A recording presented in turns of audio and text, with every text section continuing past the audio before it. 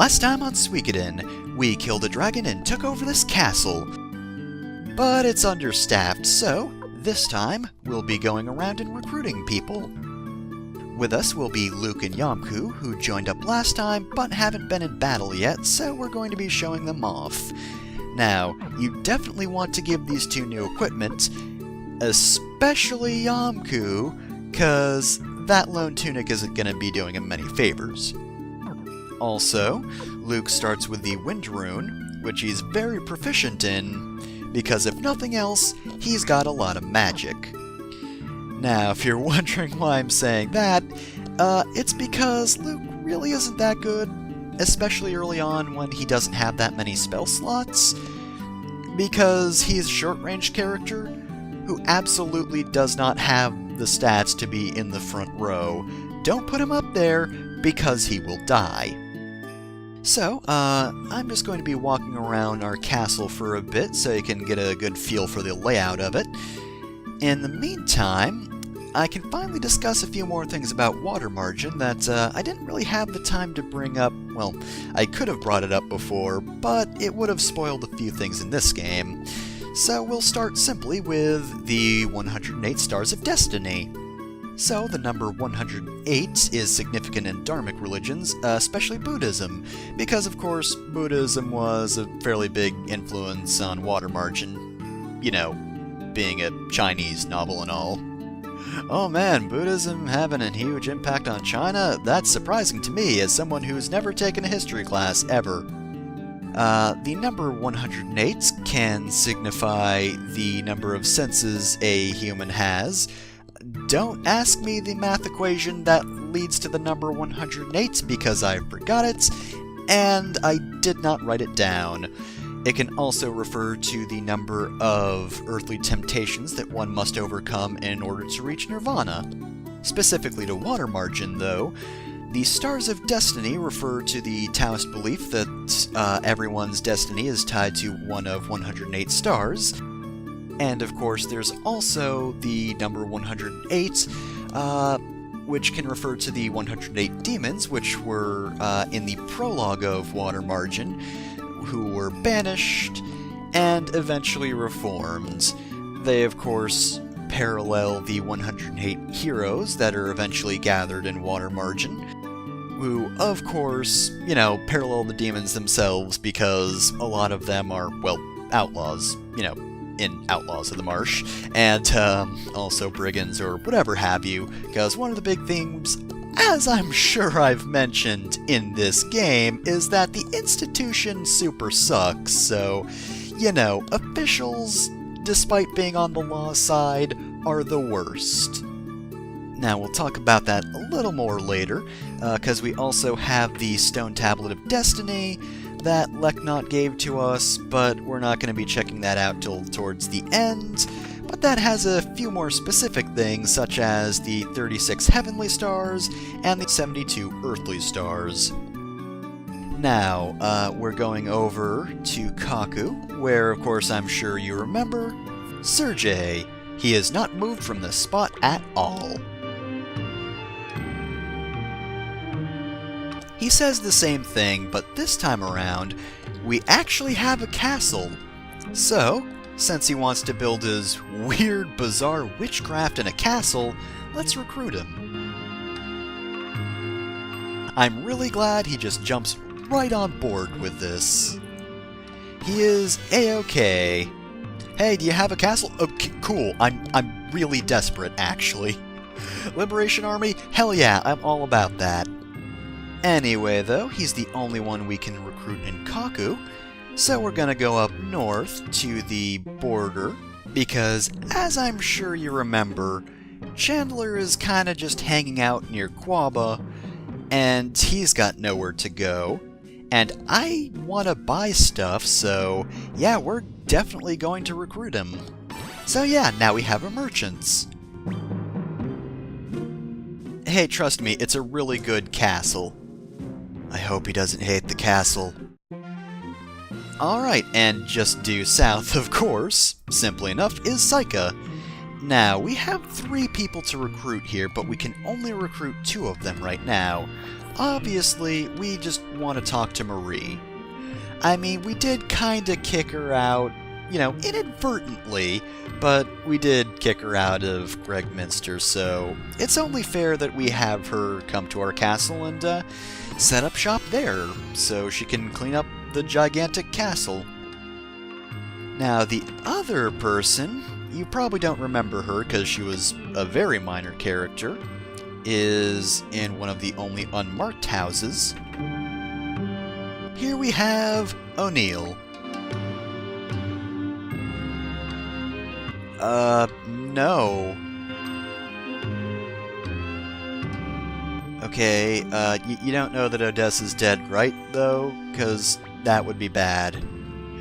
We should definitely recruit her, if only so she'll come to our castle to gossip, not just, in a town that the Empire does have fairly easy access to, being just south of their border setup. Maybe we should keep her a little bit safer. Would be good. Anyway, next off, we're actually not going back to our castle just yet. We've got 2 new locations to go to just scoop up a few new characters while we're at it. So, unless we get into any enemy encounters in the time being, which, if I did cut it out, I would just like to say, 2 rocks can actually appear once you get to the southern end of the map around here. Fought plenty of rock duos. So here we have Kai, who was actually a mentor to Mir, so he's just hanging out here. The good news is, he likes us. So, while most of the people we'll be recruiting in this episode are really more just like castle staff, Kai is an actual fighter, and he is pretty good. He's also the only person who has a, oh shoot, what's it called? The, Unite Attacks. He has the only Unite Attack with Mir, and it's a really good one. So, yeah, he's a good character to have. If you're wondering why I kept this in, it's because that can happen.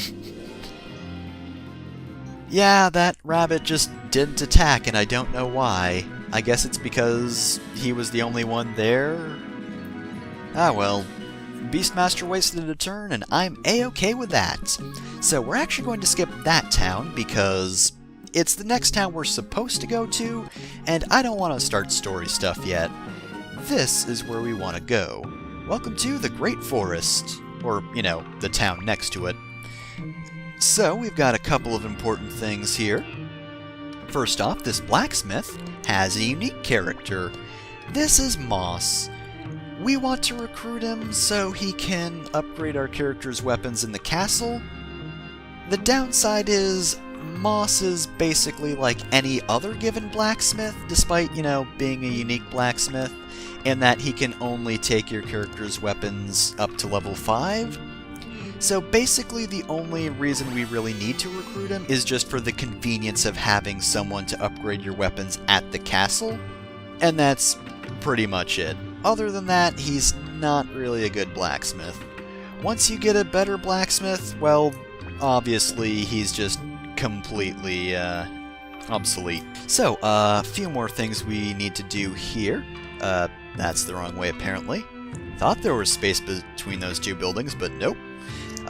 This guy... Oh, an expert on baths, you say? Okay, you're immediately hired! Say no more? I don't need any other pitch. You said baths, I'm all for it. You're part of the army. I love that that's just the only thing he says. That's it. Anyway, we want to go to the item shop, because this one's got some good items. We got Mega Medicine, and we have Needle, recovers Balloon. We have the Counter Crystal. I definitely want to just straight up buy one of these, because it allows characters to counterattack. That's actually a pretty good thing to have on Victor if you want to give his clone rune to someone else. we're going to be seeing why item shops are so significant. And since we're just heading back to the castle, I'll meet you over there. Alright, so our castle's looking a little more lively. Right at the entrance we have Sergei, whatever. I'm bad at pronouncing things. Alright, so now we have an elevator, which of course is just a really convenient way to travel between floors. We have the bathhouse set up right beneath Mirror's room, which is pretty nice. I definitely agree with that. The first floor of the castle is basically more or less just your shopping floor. We've got the item shop down here, we've got a blacksmith, we've got the inn. So, we're going to want... fuck that one up. So, we're going to want to speak to Marie, and I guess we'll stay. I think I took a few hits. More importantly, though, eventually when you talk to Marie, she'll say this. We do, in fact, know a good cook. Or, well, we know a cook. I don't know how good he is, but we did leave him behind. If we spoke to Antonio again, he would just give the same dialogue he did before, but now that Marie needs help, we can go back to Saika and speak with Antonio. I do have to say, I love that early characters you get in Suikoden are all like the castle staff. Like, you don't just start the Liberation Army and you get your fortress and start recruiting like, oh, all these legendary warriors who are amazing at fighting. No, we just get the staff who just, like, maintain the fucking castle. Because that is actually really important, that we have someone to, you know, clean and make sure all the beds are in order, and to cook, and that there's an item shop, and, you know, all these things. And even if the blacksmith's not the best, we have a basic blacksmith. You know, stuff like that. It's very important. Because castle upkeep is just as important as anything else, you know. We do need strong people to fight, but for the time being, we have people to take care of the place. It's good.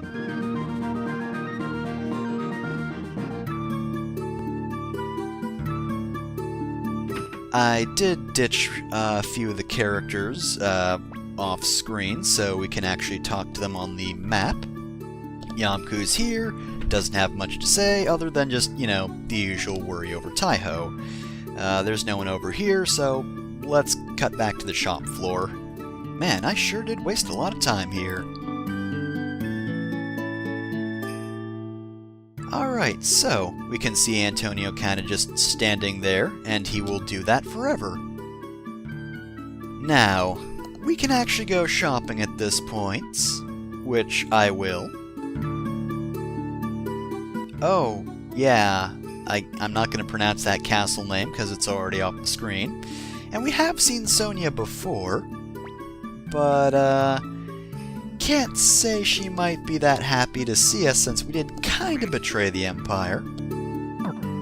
Anyway, yeah, as I said before, Moss can't really do much with our weapons now because they're all level 5.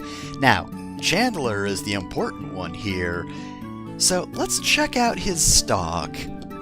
So he's got medicine, antitoxin, a water crystal, needle, mega medicine, escape talisman, counter crystal, holy crystal, huh? You know, his inventory is oddly familiar. Like we've taken a look at every one of those items in other shops. And perhaps if we keep on doing that with new items, they'll appear here as well. So I think you're kinda getting where this is going, right? You can also probably see why I said you should buy the wing shoes back in Gregminster, because if we were to, say, get an armor shop that had the same mechanics as Chandler's item shop, then we might have access to one of the best pieces of armor in the game. Anyway, here we have the baths, and at the moment they're just barrels. Just barrels full of hot water. This works so well. If you want, you can place your antiques in here, which we do have that octopus urn, which we've had for ages. I guess we'll give it to Cleosh since she's bathing alone. Here, have an urn. It'll keep you company, I guess. So yeah, until our castle starts to get upgraded, that's baths for a while. It's pretty great. No one in here, but we do have Luke if we speak to him. He'll show you the stone tablet of promise, which has all the stars of destiny on it. So, I would like to make mention, the 36 earthly stars all start with the letter T, and the heavenly stars start with the letter T. The earthly stars start with the letter C. That's actually different from water margin, in which the earthly stars all start with the letter D. The heavenly stars still start with the letter T, though. I find that kind of neat, though I couldn't actually find why that's the case. Gonna have to do more research on that at some point and see if I can actually find why that's the pattern they went with. Anyway, next time on Suikoden, we're gonna see about recruiting this LaPont fellow that Matthew was talking about last time. In addition, there's going to be another poll on the LP zone for which of these new characters you want to see for the next arc, I guess you could call it.